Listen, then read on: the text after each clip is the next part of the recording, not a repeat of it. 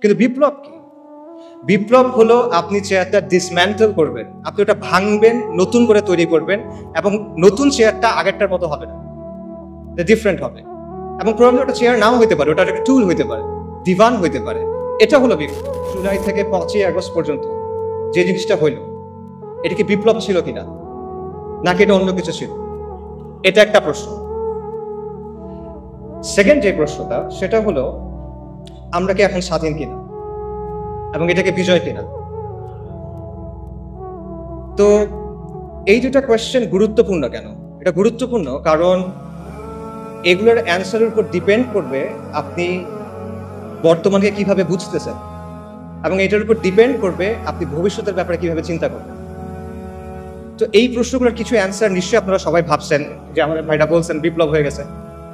তো আমি আমার মতো করে আমার কিছু চিন্তা আপনার সাথে শেয়ার করি। প্রথম প্রশ্ন হলো, এটা বিপ্লব ছিল কিনা?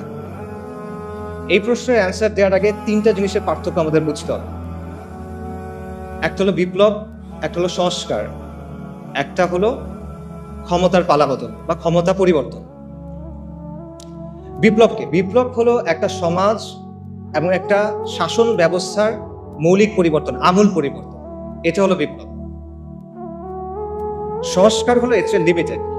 সংস্কারের ক্ষেত্রে একটা বিরাজমান কাঠামো থাকে, বিদ্যমান কাঠামো থাকে, সেটার মধ্যে কিছু পরিবর্তন হয়, কিছু মেরামতি হয়, কিছু পুনর্গঠন হয়। এটা হলো সংস্কার। আর ক্ষমতার পালাবদল, এটা আপনারা সবাই বোঝেন, একজন গেল আরেকজন আসবে, দ্যাটস ইট। আচ্ছা, তাও আমি বোঝানোর জন্য একটা এক্সাম্পল দিই। মনে করেন রাষ্ট্র ক্ষমতা হলো একটা চেয়ারের মতো বা একটা সিংহাসনের মতো। এই সিংহাসনের উপরে শাসক বসে থাকে। এখন আপনি এসে শাসককে এখান থেকে নামায় ফেললেন, ধাক্কা দিয়ে, টেনে, যেভাবে ইচ্ছা নামায় ফেললেন। এটা কি? এটা হলো সরকার পতন। আপনি তারপর চেয়ারে বসে গেলেন, এটা কি? ক্ষমতা দখল। চেয়ারে বসার পর আপনি চেয়ারটা রেনোভেট করলেন, নতুন করে বার্নিশ করলেন, নতুন করে রং করলেন, কোনো জায়গায় ছিঁড়ে গেছিল সেলাই করলেন, কোনো জায়গায় ঘুণ পোকা ছিল আপনি ওটা চেঞ্জ করলেন। এটা হলো সংস্কার। কিন্তু বিপ্লব কি?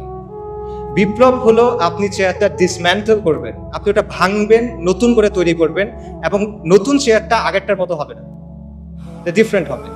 এবং প্রবলেম ওটা চেয়ার নাও হইতে পারে, ওটা একটা টুল হইতে পারে, দিভান হইতে পারে। এটা হলো বিপ্লব। কাজেই এই জায়গা থেকে যদি আমরা চিন্তা করি, তাহলে আমি আবার প্রশ্নটা করি, জুলাইয়ের আন্দোলন কি বিপ্লব ছিল কিনা? জুলাইয়ের আন্দোলন বিপ্লব ছিল না। আপনারা চিন্তা করে দেখেন এখানে কি হয়েছে। এখানে শুধুমাত্র একটা কাজে সাফল্য আসছে, সরকার পতন, হাসিনার পতন হয়েছে।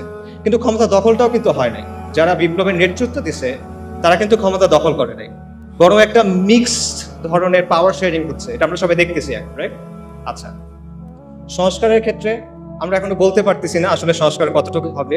ইট still remains to be seen. Probably সংস্কার হবে কিছু, নো ডাউট, বাট ডেফিনেটলি এখানে আসলে বিপ্লব হয় নাই। তাহলে এখন প্রশ্ন হলো, কেন এটা বিপ্লব হইল না? এতগুলো মানুষের কোরবানি, এত মানুষ অন্ধ হয়ে গেল, এত মানুষ পঙ্গু হয়ে গেল, এত কষ্ট, তাও এটা কেন বিপ্লব হয় নাই? এটার অ্যান্সারটা আসলে সহজ। কারণ এখানে কোনো বৈপ্লবিক আদর্শ ছিল না, এখানে কোনো বৈপ্লবিক পরিকল্পনা ছিল না, এখানে কোনো মতাদর্শ প্রতিষ্ঠার জন্য, কোনো আদর্শ বা আকীদা প্রতিষ্ঠার জন্য এই আন্দোলন হয় নাই। এখানে কোনো ম্যানিফেস্টো ছিল না, কোনো কিতাব ছিল না। ইনফ্যাক্ট মানুষ এখানে কোনো নেতার পিছনেও নামে নাই। ইনফ্যাক্ট এই পুরো আন্দোলনটার মজার বিষয় হলো যে মানুষ এখানে আসলে কোনো কিছুর ফরে নামে নাই। তারা এখানে নামছে বিরুদ্ধে। কিসের বিরুদ্ধে? মানুষ এখানে নামছে গণহত্যার বিরুদ্ধে, জুলুমের বিরুদ্ধে। মানুষ এখানে নামছে আবু সাইদের উপর যে গুলি চালানো হয়েছে সেটার বিরুদ্ধে। মানুষ নামছে মুগ্ধ, আসহাবুল ইয়ামিন, ফাইয়াজদের উপর পাখির মতো গুলি করার বিরুদ্ধে। মানুষ নামছে আওয়ামী মিথ্যাচারের বিরুদ্ধে। এই যে লাশের চেয়ে মেট্রো রেল বেশি দামি, এই বয়ানের বিরুদ্ধে মানুষ নামছে। আওয়ামী মিথ্যাচারের বিরুদ্ধে মানুষ নামছে। আওয়ামী জাহেলিয়াতের বিরুদ্ধে মানুষ নামছে। শেখ হাসিনার বিরুদ্ধে মানুষ নামছে। কিন্তু মানুষ কোনো বৈপ্লবিক আদর্শের জন্য নামে। পুরো প্রসেসটা একবার চিন্তা করে দেখেন। কোটা সংস্কার এটা কিন্তু একটা জনমানুষের ইস্যু না।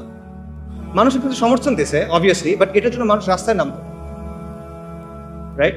কিন্তু মানুষ শেষ পর্যন্ত নামলো কেন? কারণ হাসিনার লাগাম ছাড়া বক্তব্য, তার একটার পর একটা ব্লান্ডার, তার ব্রুটাল রিপ্রেশন, এসবের কারণে শেষ পর্যন্ত মানুষ চিন্তা করলো যে এবার একটা এসপারোসর হইতে হবে, শি মাস্ট গো। এভাবে আসলে একটা দেশ চলতে পারে না, এই কারণে মানুষ নামছে। এবং বেসিক্যালি শেখ হাসিনা পুরো দেশের মানুষকে তার বিরুদ্ধে আসলে ঐক্যবদ্ধ করছে। এটা ছিল এই বিপ্লবের গ্লু, মানে সরি এই মুভমেন্টের গ্লু। এটা ছিল এই মুভমেন্টের গ্লু, কোনো আদর্শ না। এটা ছিল হাসিনার বিরুদ্ধে একটা গণবিস্ফোরণ, একটা পপুলার আপরাইজিং বেসিক্যালি, যে সহজভাবে আমি বলি। মানুষের দীর্ঘদিনে জমে থাকা যে ক্ষোভ, রাগ, এই জুলুম মানুষ সহ্য করতে আর পারতেছে না, এবং মানুষের মনে হচ্ছে যে এইভাবে আসলে আমরা থাকতে পারবো না। এই কারণে মানুষ রাস্তায় নেমে আসছে। এবং আমি এই কথাটা লিখছি এবং এটা বারবার বলি, এবং আমি এটা আসলেই বিশ্বাস করি যে এই আন্দোলনের মূল উস্কানিদাতা শেখ হাসিনা, এটার প্রধান সমন্বয়ক শেখ হাসিনা, এটার প্রধান স্থপতি শেখ হাসিনা, এটার প্রধান ইঞ্জিন বা চালিকা শক্তি শেখ হাসিনা। শেখ হাসিনাকে ছাড়া এই আন্দোলন কখনো সরকার পতনের দিকে যায় না। আপনারা চিন্তা করে দেখেন, 30শে জুলাই সে যদি সবগুলা দাবি মেনে নেয়, কি হয়? তার সরকার পতন হয়? হয় না সরকার পতন। তাদের ফেরত যেতে হইতো তখন। সব দাবি মেনে নিচ্ছে, এখন তুমি কি করবে? তার ফেরত যেতে হবে। হয়তোবা তারা কয়েক মাস পর নতুন কোনো আন্দোলনে আসতে পারতো, সেটা ডিফারেন্ট কথা, কিন্তু আন্দোলন ওখানে শেষ হয়ে যায়। কিন্তু শেখ হাসিনা কি করলো? সে আলটিমেটলি এটাকে পতনের দিকে নিয়ে গেল। তার যে হিউব্রিস, তার যে অ্যারোগেন্স, তার যে অহংকার, এটা আলটিমেটলি তাকে পতনের দিকে নিয়ে গেল। এবং এইখানে আমি আসলে ফিরআউনের সাথে একটা মিল দেখতে পাই। ফিরআউনের কথাটা চিন্তা করে যে বনী ইসরায়েল যখন লোহিত সাগরের সামনে গেল, মুসা আলাইহিস সালামের পেছনে পেছনে সাগর ভাগ হয়ে গেল, বনী ইসরায়েল সাগরের মধ্যে চলে যাচ্ছে। ফিরআউনের কি দরকার ছিল তার পেছনে পেছনে যাওয়া? সে কি গেইন করতো এখানে? বনী ইসরায়েল তো চলে যাচ্ছে। বনী ইসরায়েল তার পাওয়ার জন্য কোনো চ্যালেঞ্জ না, বনী ইসরায়েল তার সিংহাসন নিতে চায়। কিন্তু সে কেন যাচ্ছে? সে দেখতেছে তার সামনে একটা সমুদ্র লিটারালি ভাগ হয়ে গেছে, একটা সুপার ন্যাচারাল ইভেন্ট তার সামনে ঘটতেছে। সে বুঝতেছে এটা দুনিয়াবি কোনো শক্তির কাজ না। তাও সে কি করতেছে? তার মনে হলো যে না, এর পিছিয়ে আমি যাই। এটা কেন? এটা তার অ্যারোগেন্স। সেই তো বলছিল আনা রাব্বুকুমুল আ'লা। এটা তার অহংকার, এবং এই অহংকারটাই তার পতন নিয়ে আসছে। এবং সেই ব্যাপারটা আমি বলবো যে শেখ হাসিনার ক্ষেত্রে হয়েছে। আল্লাহ এইভাবেই তার পতনটা রাখছে। কদর আল্লাহ। এই আন্দোলন নিয়ে অনেক ধরনের তত্ত্ব আছে, অনেক ধরনের ষড়যন্ত্র তত্ত্ব আপনারা শুনবেন। যেমন ধরেন, কেউ আমেরিকার কথা বলবে, কেউ কালার রেভলিউশনের কথা বলবে, কেউ এনইডির কথা বলবে। এবং এই কথাগুলোর যে একেবারে মেরিট নাই আমি সেটাও মনে করি না, এখানে কিছু মেরিট থাকতে পারে। But at the end of the day দুটো পয়েন্ট আমাদের স্বীকার করতে হবে। সে দুটো পয়েন্ট হলো, শেখ হাসিনার বিরুদ্ধে পুরা বাংলাদেশের অধিকাংশ মানুষ একসাথে হয়ে গেছিল, একটা ইজমা হয়ে গেছিল যে she must go. And second পয়েন্টটা হলো, দুনিয়া চালায় কে? আল্লাহ। আল্লাহ মালিকুল মুলক, আল্লাহ আল জব্বার আল মুতাকাব্বির, এবং আল্লাহ আল লতীফ আস-সাতর। ওয়াল্লাহু গালিবুন আলা আমরি ওয়ালাকিন আকসারান নাসি লা ইয়ালামুন। আল্লাহ তার কর্ম সম্পাদনে প্রবল, যদি অধিকাংশ মানুষ তা জানে না। অনেক মানুষের অনেক পরিকল্পনা থাকে, মাখলুকের অনেক পরিকল্পনা থাকে, অনেক ষড়যন্ত্র থাকে, but at the end of the day কার ইচ্ছা বাস্তবায়ন হয়? ওয়া মাকারু ওয়া মাকরুল্লাহ ওয়াল্লাহু খায়রুল মাকিরিন।